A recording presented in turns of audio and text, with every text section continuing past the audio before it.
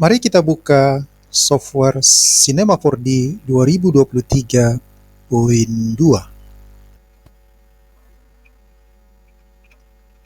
Inilah tampilan awal pop-up daripada Quick Start Dialog Cinema 4D 2023.2. Di sini sudah bisa kita langsung pakai menu open atau klik new atau membuka file yang sudah pernah kita kerjakan. Di sini ada tutorial-tutorial yang bisa kita tonton jika ingin menonton tutorialnya. Misalkan kita klik new. Umumnya, fungsi-fungsi sudah ada disediakan di bar atas, di kolom kiri, di bagian bawah, dan di kolom kanan. Semua fungsi yang diperlukan untuk bekerja, membuat animasi.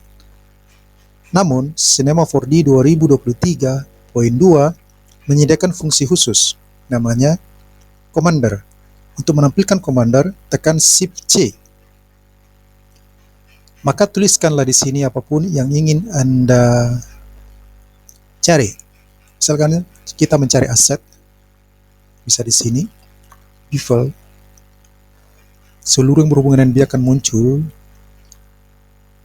Kemudian misalkan untuk move, select, atau text. Nah, apapun yang ingin Anda cari, di sini akan disajikan lebih mudah. Maka bagi pengguna Cinema 4D, hal ini tentu akan sangat membantu mempercepat menemukan fungsi-fungsi yang ingin digunakan. Sangat menarik, bukan? Tentu ini akan sangat membantu. Selamat mencoba menggunakan fungsi Commander di Cinema 4D 2023.2.